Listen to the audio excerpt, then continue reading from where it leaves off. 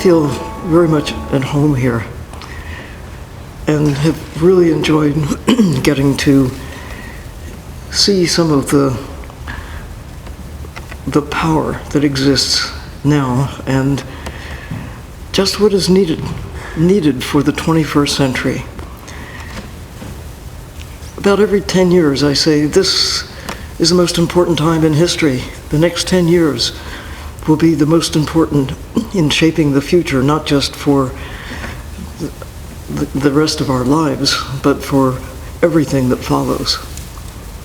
And every 10 years I say the same thing, because it continues, but it gets harder all the time to bring about the changes that are necessary for us, one species that has come to dominate. Just a reminder, I probably don't need it, but the world is blue.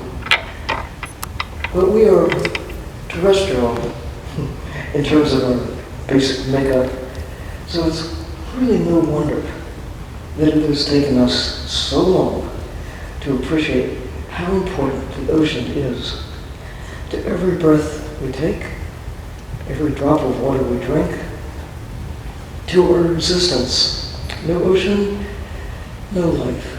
No blue, no green. We all need the ocean, no matter where on the planet we live. Even if you've never seen the ocean, or touched the ocean, now we know that the ocean makes our existence possible. Well, it's known, but it isn't known to everyone.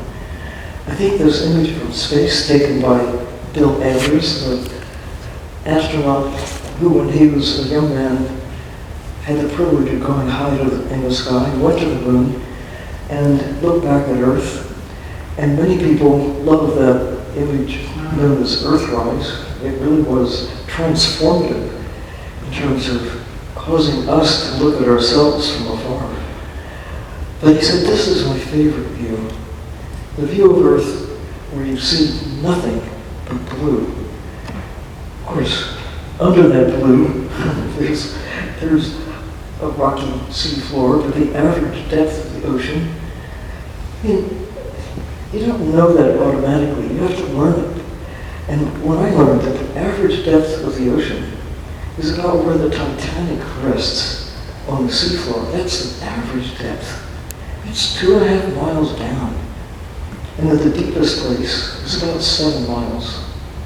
And that only in 1960, for the first time, 2 guys, both guys, of course, at the time, went to the deepest part of the ocean. And they came back. That's the important part of going deep in the ocean. And since then, now, as of 2023, about a dozen people have been to the deepest part of the ocean, including astronaut Kathy Sullivan, who's now known as the most vertical woman because she's getting up into space and she's been to the deepest part of the sea. There have been many women and men now up high in the sky in the space station. A few have gone to the moon, but only Kathy has had the privilege of doing both, going to the deepest place in the sea and high in the sky to look back and see the blue planet. So I feel very fortunate to have come along when I did, and I hope you do too. We who have life in the 21st century are the beneficiaries of everything that's ever been learned. We don't have to start from scratch, learning an alphabet or creating an alphabet or creating the periodic table of chemicals. We keep learning new things all the time, but we come with a very solid base of information, knowing that in all of the universe, home, that place, is unique.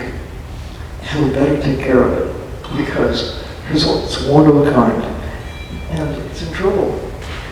And we didn't know when I was a kid that we could do anything to the ocean that could possibly cause harm. It seemed too big to fail. We could take anything out of the ocean we wanted. We could put anything into the ocean that we wanted. It would simply go away. But now there's clear evidence that there is no way. I mean, what's here, what we put in the sea is still there, in one form or another. What we've taken out has changed literally the chemistry of the ocean. What we put in terms of carbon dioxide is causing the blue part of the planet to become more acidic. But lucky us, lucky you. Now we know. We have technology that not only takes us up high in the sky, but we now have the capacity to go into the ocean. And I hope I'm talking to an audience where at least some of you, I know for sure the Kellys, have taken the plunge and looked at the ocean from the inside out. And yet, we're still kind of anchored up here in the sunlit upper part of the ocean. And there's so much more to that blue heart of the planet. Living underwater, space station in the sea. Think about what scientists who have studied animals, studied trees, studied deserts and mountains, they simply go to the place that they want to be. They spend days, weeks, months, years.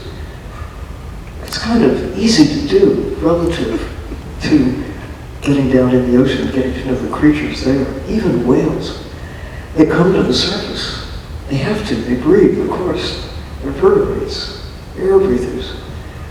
Not all vertebrates are air breathers, but like think fish. But the ability to stay in the sea and to appreciate day and night what's going on in the ocean, but still limited to this upper part of the sea. We're right on the edge, I think, of the greatest era of exploration ever, because we have the capacity to get to places, do things, analyze what we see in ways that were not possible when I was a kid or any time in all of previous human history. So, living underwater. I had the chance to do it first in 1970, but then now I've done it 10 times, most recently when this picture was taken in 2012 in the Florida Keys, where an underwater laboratory is still bubbling away, training astronauts to feel weightless before they actually go high in the sky, where they are weightless. And for scientists who are studying the ocean, have access day and night for weeks at a time. It's not like years, but at least you get a glimpse of what we know and what we don't know, especially. But to really explore the ocean, we must harness other technologies. My trusty colleague at National Geographic, Bob Ballard, who's famous for his work with discovering and exploring the Titanic and dozens of other shipwrecks that are at the bottom of the sea. He's basically a geologist, but he's taken the plunge in terms of trying to understand our history that is written in the shipwrecks in the bottom of the sea. He spent many years using little submarines, including that classic submersible known as Alvin, that is still operating out of Woods Hole Oceanographic Institution. It started back in 1964. I mean, really a pioneering little means of transportation into the sea that has been redone many times and now goes deeper than it originally could, but it takes that kind of technology to take us into the sea. There are other means now, remotely operated systems, sending cameras, sending instruments to explore like we send satellites up in the sky. But even Bob Ballard, who's become a great champion for remote presence in the sea, admits that there's no substitute for being there. I mean, I love the fact that you're here, and that I'm getting to see you, your faces. We could do this on a television monitor, and I've done a lot of that. And it's great that we can do that. But being able to come and see Maggie personally after years of not seeing her, seeing the kids today, having a chance to just have the interaction that we can one-on-one. You know, it's the same thing with fish. Well, not quite the same. But to get down there and see them, and I think I'm going down to explore and see them, and I find they're really curious. They come to see me and look at I just see myself reflected in their curiosity. So, building little submarines, using little submarines, I think it just forces me in a way to want to share the view, because I know it's a privilege. Just as astronauts come back from being high in the sky, they want to tell everyone about what it's like to be up in the sky. They want to tell you what they see. But the only things alive up in space are what you've got inside the spacecraft. Your fellow astronauts, lots of bacteria, of course, because we're loaded with them. But, you know, it's just not, it's just a very different kind of exploration from high in the sky. In the ocean, you're diving into the history of life on Earth. It's full of life. Every bucket full of water is filled with creatures.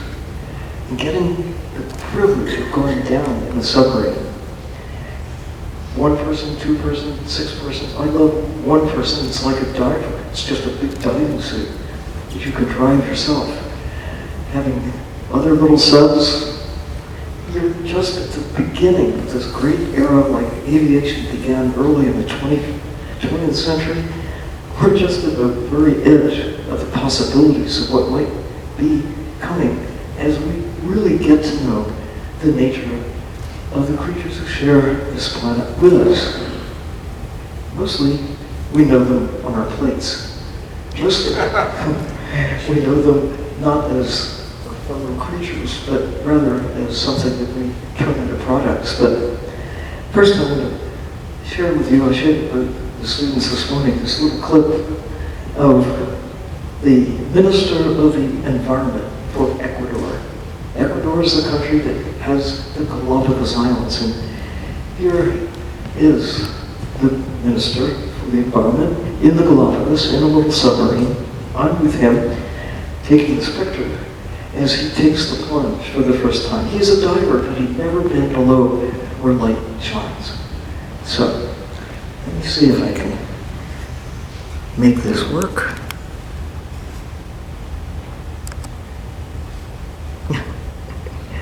Yes, there it goes. Gustavo is not sure about this. But, let's see. Do we have sound?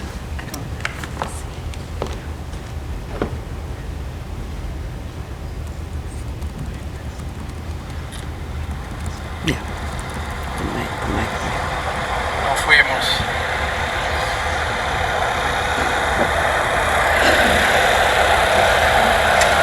Okay, topsy, we're looking good here on the surface. So, we got down to the bottom, and you see that little blob, little white blob? That is an oceanic sunfish, mola mola. Usually you see them up near the surface because that's where we are. They, it turns out, spend quite a lot of their time deep in the ocean. They're called sunfish because they're up there by the sun. And anyway, this is what happened.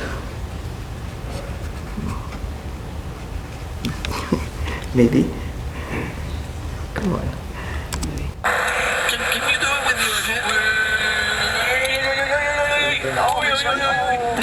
Right over your head. Oh my god.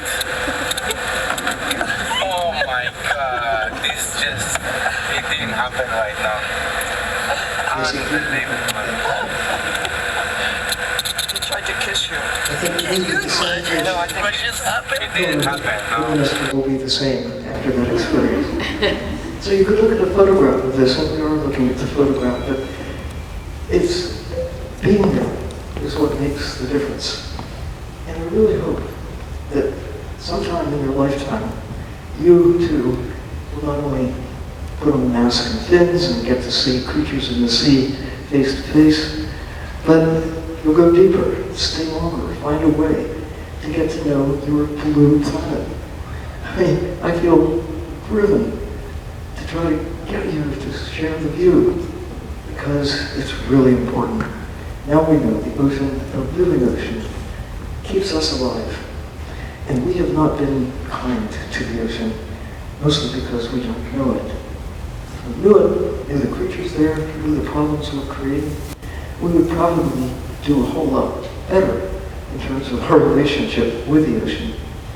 So with National Geographic, going back a while ago, we had a grant to be able to lease the use of little submarines, to be able to take kids, to take explorers, to take teachers, to take the president of National Geographic for a spin under the sea. And you could see it only takes one person. So if you wanted to use the little sub, you had to become a submarine pilot.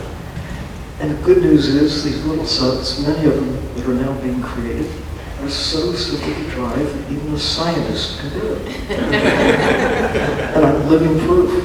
If I can, you can. And I hope you do, one way or the other.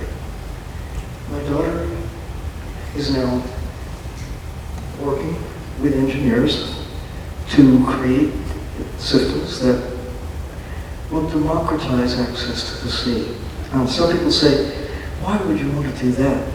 Why, if you get people down into the ocean, they'll just do what people have done every place that humans have gone. They'll just destroy it. They'll take what's there and not look back. But here's the thing. We do now see the consequences of consuming the natural world. There's evidence that we need to protect nature, because not just for ethical and moral reasons, but because we need the natural systems, land and sea, to keep Earth habitable. It took 4.5 billion years to get Earth from its basic rocky, hot beginning when there was little water and no life, to now the thriving metropolis of life that we see everywhere we look, on the land and certainly in the sea. But starting about 4.5 centuries ago, with our numbers reaching 500 million people, our impact on the land and the sea began to really take a bite out of our life support system. And then, by the time we got to 1 billion people in 1800, whales in the ocean, and cod and many other creatures were already seeing sharp decline, because even if we did not have the technology that we have today, we were able to seriously cause the decline and even cause the extinction of a lot of our fellow creatures on this little blue speck in the universe. So getting down there in little submarines, being able to take the plunge, to see what's going on. By the time I came along in the 1930s, our numbers had increased to 2 billion people. There's a lot more wilderness, even so, than we have today, when there are now 4 times the number of humans. Our numbers have really increased, and our prosperity looks pretty good compared to 1,000 years ago. We live longer, we live better. I mean, there are problems. There's poverty, there's war, disease, lots of things to worry us about our future. But overall, we look like the planet's best success story. Just look at how we have grown. And look, though, at what it has cost everybody else. Seeing our impact now, 21st century, we have the best chance to really say, what are we going to do? How are we going to find our place within the natural systems that make Earth habitable? It starts with the green stuff, It starts with trees, it starts with ferns, moss, all the things that generate oxygen, capture carbon dioxide, shape the planet in a way that's favorable to us. But the heavy lifting, the greatest source of oxygen, the greatest place for capturing carbon dioxide naturally, it's out there in the ocean. It's been going on for at least 2 billion years in the ocean, long before there were trees, long before there was photosynthetic life on the land. And it's still going on. And you can see it. Take the plunge and think small. One of the creatures that generates about 20% of the oxygen in the atmosphere, nobody knew of its existence until 1986. It was a young woman from MIT, Penny Chisholm, who was using a new technique to look at the green stuff in the ocean, found this little bitty organism called Prochlorococcus. Prochlorococcus. You should learn that name. You should pronounce that name, Prochlorococcus. Prochlorococcus. You can pronounce a lot of other things. Prochlorococcus. Thank you. You can breathe because over 2 billion years plus, this little blue-green bacterium has been doing so much to change Earth from a place we could not survive into a place that's able for us to exist. And diatoms and hosts of other little creatures in the sea, they're forests in miniature, but they are doing the big job of keeping Earth habitable. And they feed the animals in the sea, starting with the little guys. Fascinating when you really think about how is it that Earth is populated with all of these creatures? What do they eat, for heaven's sakes? Well, it starts with capturing sunlight, carbon dioxide, water, to create the sugar, that in turn forms the other forms of food. And there you see it in action. This cross-section of life on Earth in the plankton, in a place that you can embrace with your arms. Scientists have found as many as a dozen phyla, these big categories of animal life. And only about a dozen, actually I think 15 of these categories occur on the land altogether that are terrestrial. So not only a dozen or so that you can find in a little bucket of water in the ocean, but think there are another dozen or so that are found only in the ocean. You know, the ocean is where the action really is in terms of the biodiversity of life. And we're just now beginning to appreciate how it all comes together. We're so fortunate, you who are starting out, figuring out, so what am I going to do? Where do I begin? At least knowing the nature of nature, and knowing that nature is changing before our very eyes because of what we're doing. What we're putting into the ocean, what we're taking out of the ocean has consequences. And these are just little baby horseshoe crabs. I know some of you, like I, have been entranced with these ancient creatures that don't occur on the land. And these don't occur on the land either. They collect some amorphous jelly that came out of the ocean. So many creatures that we're just beginning to appreciate the magnitude of our ignorance. So get out there, get down there. The deeper we go, the less we know, but the more new discoveries we find.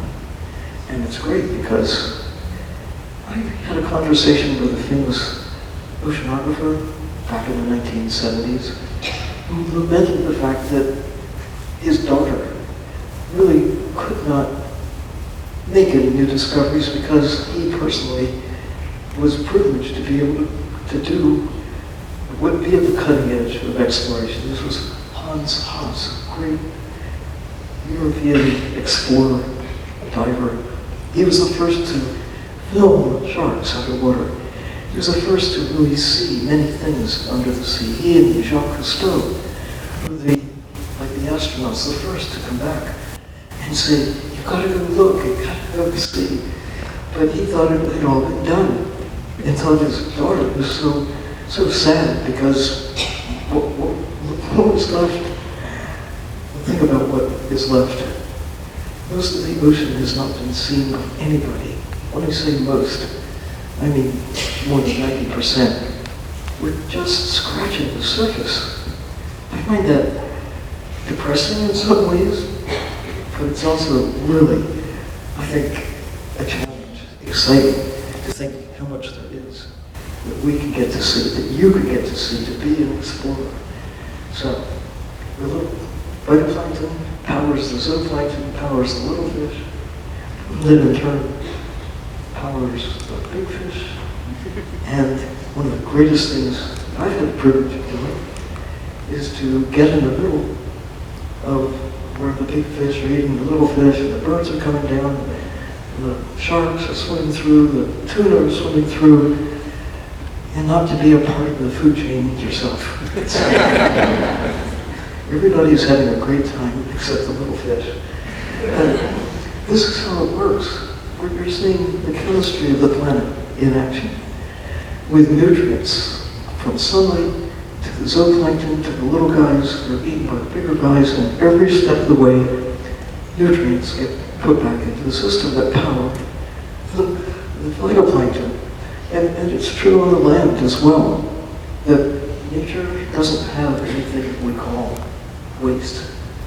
Everything that is produced by one is groceries for somebody else. And it's just in the last 10,000 years, especially the last 1,000, and particularly the last 200, and especially on my watch, since the middle of the 20th century, partly because there's so many of us generating so much stuff, and what we call waste, that we put into the ocean, that we have some problems. But it also should inspire everybody to think, okay, there's a problem, but maybe it's an opportunity to figure out, now that we know kind of how things work, how can we make our place in the system work better?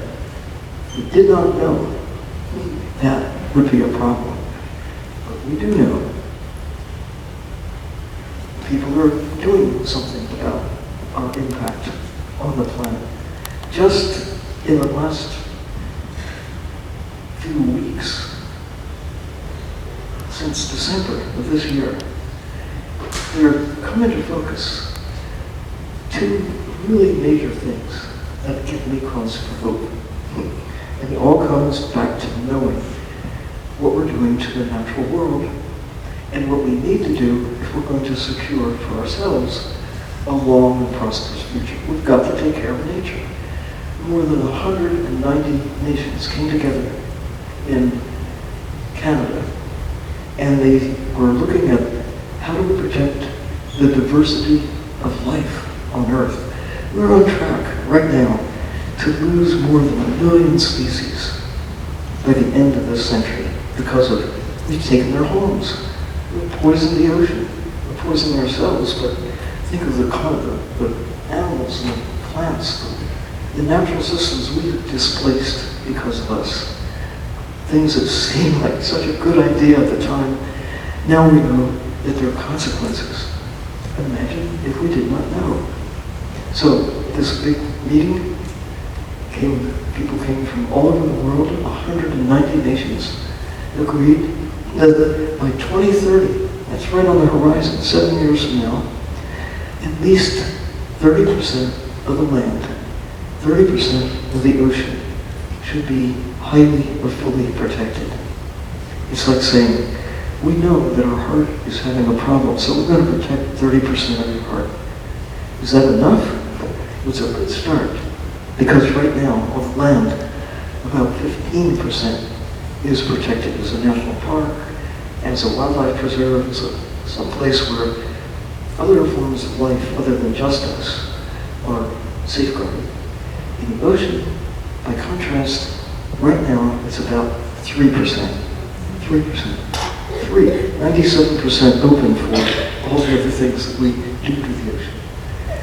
when you understand that the ocean, the most important thing that we take from the ocean, the most important thing that the ocean does for us, it's not taking oil or gas or minerals or fish or shrimp, it's our existence. The ocean shapes climate and weather. The ocean is home for most of life on Earth. It's the blue part of the planet that really makes the green part possible. So, people are getting together and making commitments that now we have to hold them to it because it's a long way to get to. We're only 7 years to go. But if we don't, what will be the consequences? Well, I hope we'll see progress in the right direction. The other big news is the nations came together, and again, about 190, to agree that there's a process that will make it possible to protect the part of the ocean that is not a part of any nation. It's about half of the world that is global commons beyond where nations have claimed jurisdiction. So it belongs to everybody if it belongs to anybody. Maybe it belongs to the fish and the birds and the squid. Maybe we should just let them do their thing in keeping the planet on track. But now we'll at least have a mechanism in place to be able to safeguard the high seas, the global commons. And that is, I think, cause for celebration. Why should we care? Not everybody agrees on the cause of what's happening to create a warming planet, a planet where the storms are greater and more frequent. The climate, as we refer to, atmospheric changes. But I think it's evidence that we are now seeing that we are changing. We are experiencing changes that are unprecedented. And we can track the cause and effect, look at the evidence and see that what we're doing, burning fossil fuels, destroying the natural carbon capturing systems on the land and in the sea, has consequences. Nature-based solutions seem like the simplest, most obvious way for us to safeguard our future.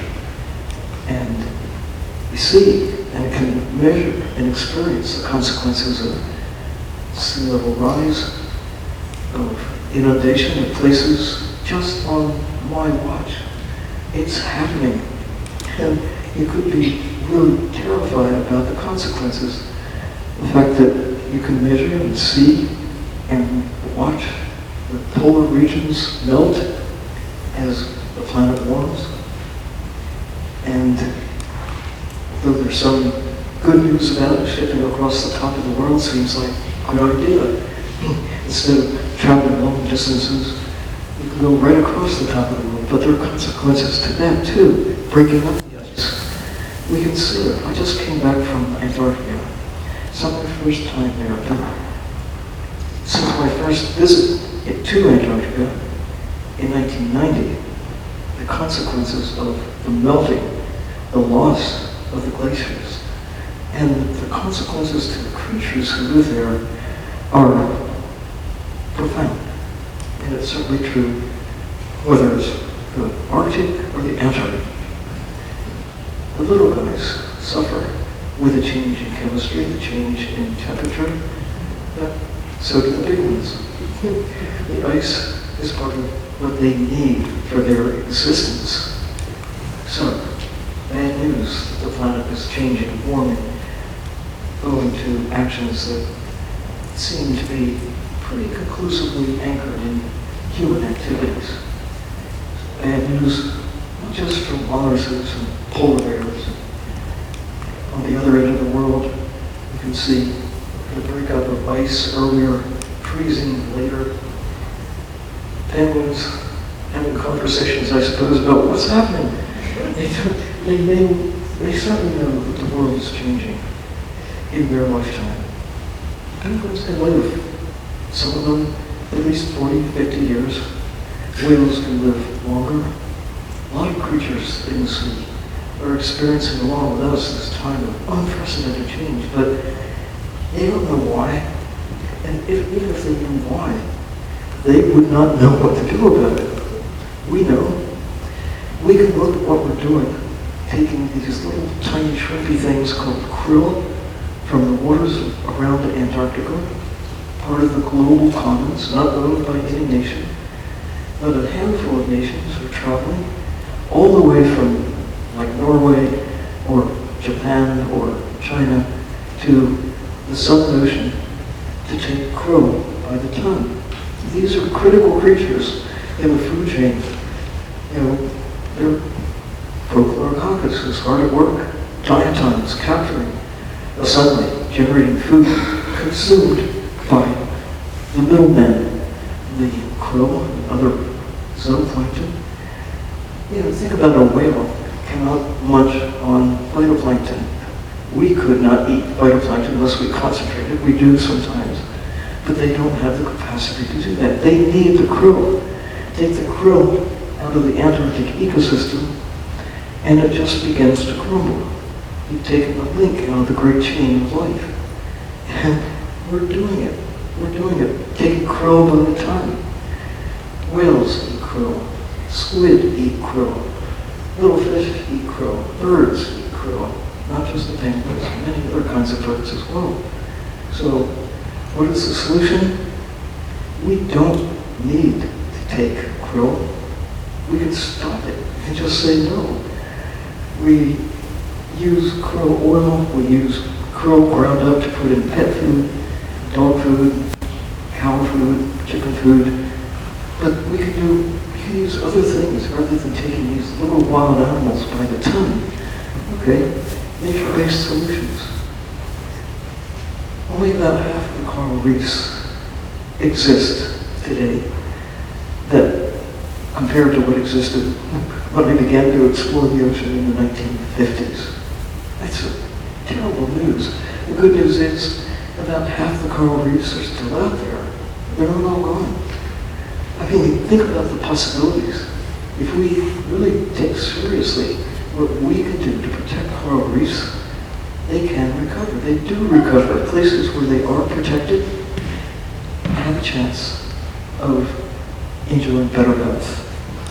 And part of the problem is beautiful, productive reefs like this because of warming largely. Turn like this, it's called coral bleaching. They're not bleached, they just lose the small plants that live in the tissues, make them colorful, and provide them with oxygen and food. But when it gets too warm or too cold, when things change one way or another, the plankton lives inside the tissues of the coral, either die or simply escape. So, this place, I'm going to show you a little piece of what it takes to be out there in the ocean. Coral spawning event off the coast of Veracruz, Do you Mexico. want that? No? Okay. To see the event, it happens once a year, a few days after the last full moon of summer, where coral reefs, wherever they are in the world, do this miraculous thing. They just explode with eggs, sperm going into the sea. When I first had a chance to witness this at night, it was like a snowstorm of life. And it's really astonishing. This has been going on for millions of years, but it wasn't until the early 1990s that any human observed this, where it's happening. And what else is happening out there? It wasn't until 1986 that Prochlorococcus was discovered. We didn't think that bacteria were common, I thought, in the ocean. And now we know that we don't even know how many species of bacteria or fungi, or even fish. I have a friend who dives down to as much as 100 meters using special diving equipment. He finds a dozen new species of fish per hour that he spends right at the edge of light. I mean, when you think that we've only mapped about 10% of the ocean, What else is there out there that we need to know? Kelp forests, like Coral reefs, about half are gone, just since I began exploring the ocean. The good news, there's still kelp forests out there. If you haven't taken the plunge and dived into a kelp forest, put it on your bucket list. Go see for yourself. Now, maybe you started diving when you were, a young woman. My mother started when she was 81. And she kept saying, why didn't you get me into the ocean sooner? Hey, I thought I tried. So I'm telling you, however old or young you are, don't sit around and just dream about going into the ocean. Go do it. Get to see these amazing things. And then do what you can to take care of them. There should be more kelp forests. We know what to do. To protect them means protecting life in the sea, means protecting ourselves. We've got the best chance right now to go from a time when we worry about tipping points on Earth is in trouble, we're losing so many species, trees are disappearing. And then we can look in the mirror and say, well, who's causing all these problems? And it may not be you personally, but our species is causing the decline of nature. Seagrass meadows, heavy lifters in terms of generating oxygen, capturing carbon, providing homes for turtles and manatees and lots of little fish. They're just extraordinarily important and now becoming increasingly rare. But we can help by planting trees. People are planting seagrasses and restoring these places, and they're taking the pressure off what goes in and what comes out of the ocean. It's really exciting to be a 21st century human being, to see this chance to safeguard the deep sea. You may have heard there's some excitement about mining the deep sea.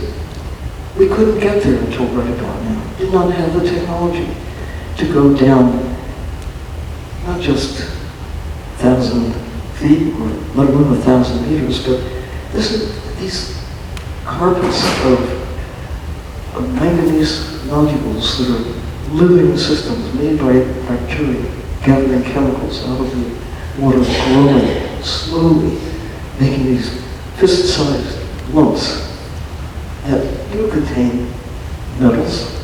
They contain copper, iron, cobalt, manganese. And because they just look so tempting, all we have to do is go down there and scrape them up and turn them into things that we want to use for this 21st century society, like batteries, like powering our electric vehicles and whatever. But these are the machines that are being built, that are being taken to the deep sea on an exploratory basis right now to essentially bulldoze the ocean floor and bring back the minerals. But in the process, upend and destroy systems that have taken not just decades or centuries or even millennia. We're talking millions of years to create these little lump-sized, fist-sized lumps of material, or the crusts that form around places that we've only discovered in my lifetime, the hydrothermal vents in the bottom of the sea. I think we should learn enough to say, until we really know what's going on down there, we should leave it alone. I think we've done so much to rainforests, not knowing the real value. We've destroyed more than 90% of the old-growth forests across the globe since the beginning, well, since about 1800. We're really good at converting nature for purposes that seemed like a good idea at the time. But I cannot help but think, what happens when all the old-growth forests are gone? No more big redwood trees, no more big anything intact. What's left so that we can learn from the history of life on Earth? Those manganese nodules, by the way, they start around something like a shark's tooth. the ear bone of a whale, something organic. These are living rocks.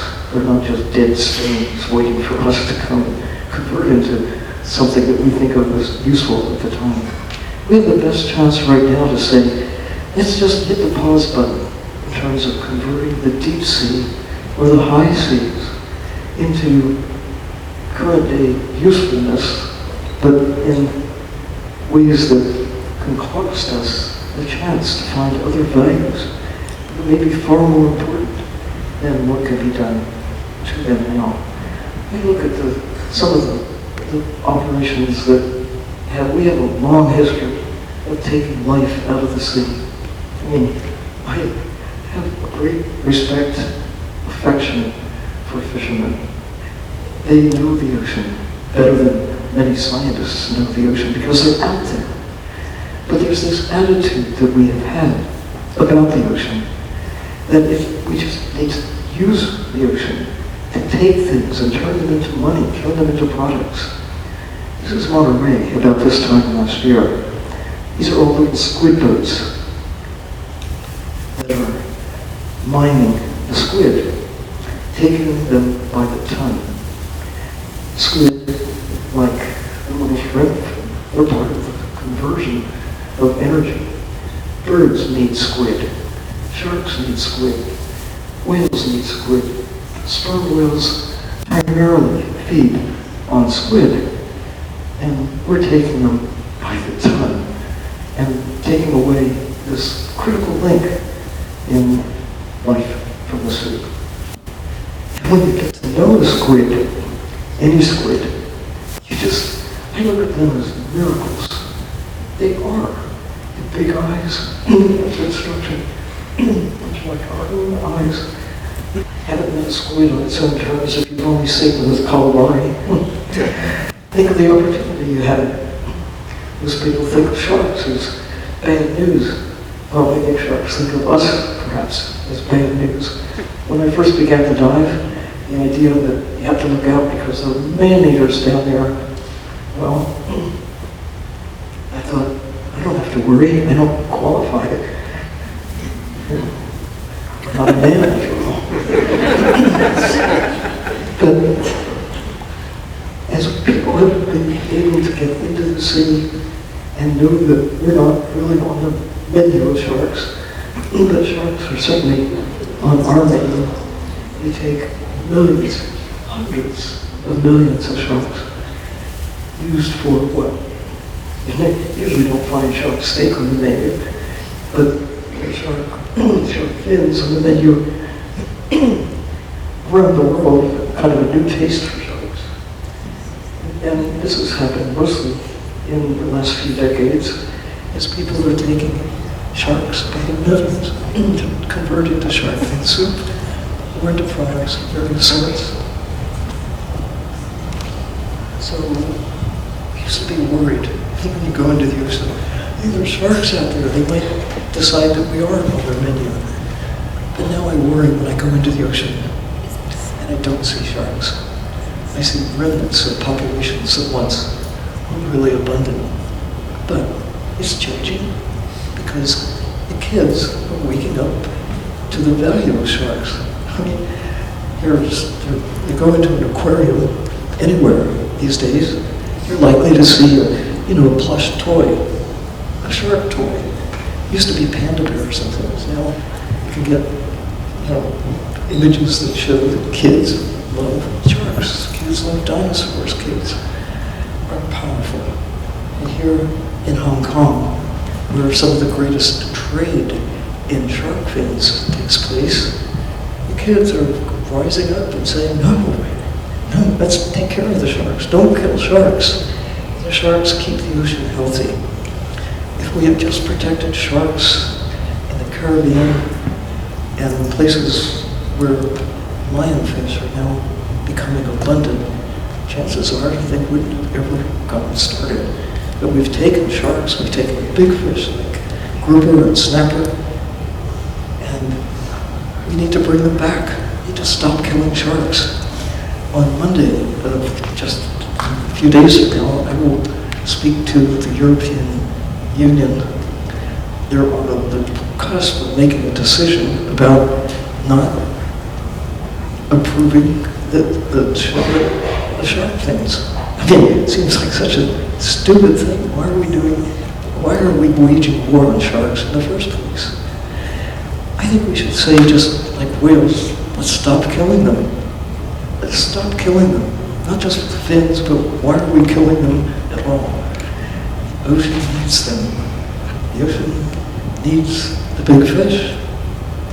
And it's great to see people celebrating sharks. We did it with whales. Whales were on the edge of just becoming like the many other creatures that are right on the edge right now. We could have killed them all. We had the power to do it, but we stopped. 1986, same year that Prochlorococcus, see, I'm just trying to haunt you with Prochlorococcus. 1986, by international agreement, commercial whaling came to an end. Today, there are more whales than there were when I was a child. Because we know what to do, we can take action. We can turn this trajectory from decline to recovery. Sperm whales, they have the biggest brain of any creature on the planet. They have societies, they have language. They pass information from one generation to the next. They don't know what we know. They can't. They don't store knowledge. They don't have libraries. They have their big brains. They do convey knowledge, like birds convey knowledge of pathways in the sky. There are fish, turtles, that learn pathways through the ocean, and the next generation follows along. But when we break those links, as we did with whales, taking so many, that wisdom that was passed from one generation to the next just got chopped. But it's coming back, the relearning. It's happening with some of the birds too, relearning the ancient pathways. I had a chance to witness the last whaling station in Australia in the late 1970s. The following year, the people of Australia voted to stop whales, killing whales. They were part of the solution. So from the late 70s to the mid 80s, there was this transition, this movement of killing to caring. And now, one of the reasons that the success came about to stop killing whales is we were so close to killing them all. But the other reason was that people began to see whales with new eyes. People who went to Mexico, to Baja California, were astonished after the killing stopped and the caring began, that the whales that historically were curious and would come right up to the boats, made them easy to catch, easy to kill, that curiosity brought them back to be in touch with people on a different basis. Now they're known as the friendly whales, the gray whales. Their recovery has been astonishing. It's not true with all of the whales. As some of you know, the northern right whale hasn't made a spectacular comeback.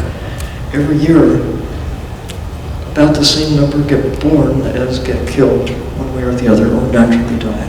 About 300, plus or minus, it just goes up and down. It's right on the edge, depending on what we do right now. Right now, there will be northern right whales, or there won't be in the next century, or maybe in the next decade. It's empowering in a way to think that we can choose. We have the ability to save creatures, to save ourselves. If we did not know, it would be a real problem. So, fish, tuna, bluefin tuna, these are creatures that until about in the 1960s were considered to be not very edible by humans. But we began to market tuna in new ways, and bluefins in particular. By the time I got to be the chief scientist of NOAA in 1990, the numbers in the Atlantic of bluefin tuna had declined by 90%. because we developed a market, an appetite, a use for the tunas. Tunas equal money, and it's become the basis of economic boom, but it's caused a bust for populations, not just a bluefin tuna, but their numbers are decreasing around the world. So I had a chance to be in the water with bluefins. It is astonishing, because as they swim by you, you can feel the sounds they make. It's a whoom, whoom. They're not paying any attention to me particularly, although they look at me. I think they're communicating with one another. The idea that fish make sounds like whales and birds seems astonishing to most people, but when you get into the ocean and you spend time with them, even lobsters in the ocean communicate, where you know if you throw a lobster in a pot of boiling water, perhaps if you've been there and witnessed it, they make a complaining sound like, rah, rah, rah, I don't want to be in the boiling pot of hot water. But in the ocean, it's more like a purr that you can experience if you get up close and personal with a lobster. And fish, same thing. If you get to see them on their own terms, if you only see dead fish, it's really hard to have that empathy that you might have if you get to know them on their own terms. When you see them like this, it looks like, delicious. And you don't give a thought to who they are, where they are, how long they've lived, what they've been eating, what was their role in the ecosystem. You just don't know. And one of the interesting things that I've witnessed in my lifetime is that fish that once were really common were also very inexpensive source of food. Now, the price of fish has gone up as the numbers go down. And it is considered a delicacy to have swordfish. Or what is this Chilean sea bass creature that comes from Antarctic waters? Creatures that take about 20 years to mature, and they live to be well as long as any human. But we turn them into a little piece of meat to lunch on, and then they're gone. We need to think, I think at this point we've got the best chance we will ever have to think differently about creatures in the sea. This is not about people who really need to take fish home for dinner to feed their families, their communities. We're talking about industrial scale extraction of wild animals from the ocean and turning them into money. And in some cases, food. But it's mostly a marketing thing. Marketing wildlife, the biggest wildlife trade on the planet is called seafood. And it's okay. I mean, people will eat wild animals from the sea, shrimp, lobsters, and all the other things that we've come to enjoy in the 20th and the 21st centuries. But if you at least ask the question, when you see the fish on your plate, who are you? Where did you come from? Where did you spend your days and nights? If you just ask the fish, be out there with them, get to know them, you might just think differently and make other choices. There are, after all, more than 30,000 different kinds of fish. $1 billion industry watching birds. And I think there ought to be at least as great an industry, economic benefits for looking at live fish as looking at dead fish. Looking at live fish in the sea is looking at wild birds on the land. Get a life list. It's a much longer list than a life list for birds, because there are a lot more kinds of fish. And they're all as interesting as any bird. Just ask any fish. They'll tell you. Everyone, although they might look alike, like all of you kind of look alike in one way. I mean, I know you're not fish, you're all humans. Every one of you, you're different. Every fish is different. It's got its own DNA. It's got its own stripes or spots or face, whatever. They're all different, but we take time. You can see that. We don't usually take time. We don't have the gift of time. underwater yet. But again, lucky us. We have the technology on our watch, the ability to go to places that humans have not been able to get to before. They get to see the ocean, to see ourselves in ways that we really need to think of ourselves in the context of all of the rest of life on Earth. They keep us alive. Without them, Earth would just be rocks and water. But we have a thriving, living planet made up with all of these bits and pieces, these many millions of different kinds of creatures. And it is such a joy to get to know some of them personally for the first time, to get to see a group of them and realize that they're really curious about us. And somehow it makes a difference when you meet a creature you've never seen before and realize that they're not out to get you, they're not out to hurt you, they're not out to eat you. You just want to look at you and figure out, who are you? And it's also transformative for me on my watch to see what we're doing to their home, which is also, by the way, our home.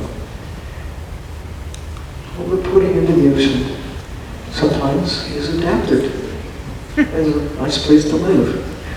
But mostly what we're putting into the ocean is causing problems, not just for life in the sea. On the order of 300,000 marine mammals get tangled up in discarded fishing gear. They swallow plastic bags or the other stuff that we put into the ocean, and it kills them. We have, again, created a problem, not just for creatures in the sea, but for ourselves. All those little bits of plastic that break up and turn into microplastics, and then even smaller nanoplastics that are in the air, they're in water, they're in us, they're in fish. But imagine if we did not know. That would be the problem. Now we can see there are answers. We can certainly say thank you, the chemical industry that created all of these synthetic materials, but you did not think it through. Now we know. So we can rethink something that seemed like such a good idea at the time, so convenient to have single-use plastics, things you can throw away, use once, throw away, but there is no way. And seeing creatures like this albatross, again, creatures in nature, we think of them as maybe temporary, but these birds live as long as humans. This particular one has made a nest of some of our junk. And they also look like us unintentionally sometimes, but they pick up bits of plastic and it kills them. They have so much in their system. But we know now what to do. And it's a big job, but it's also really exciting.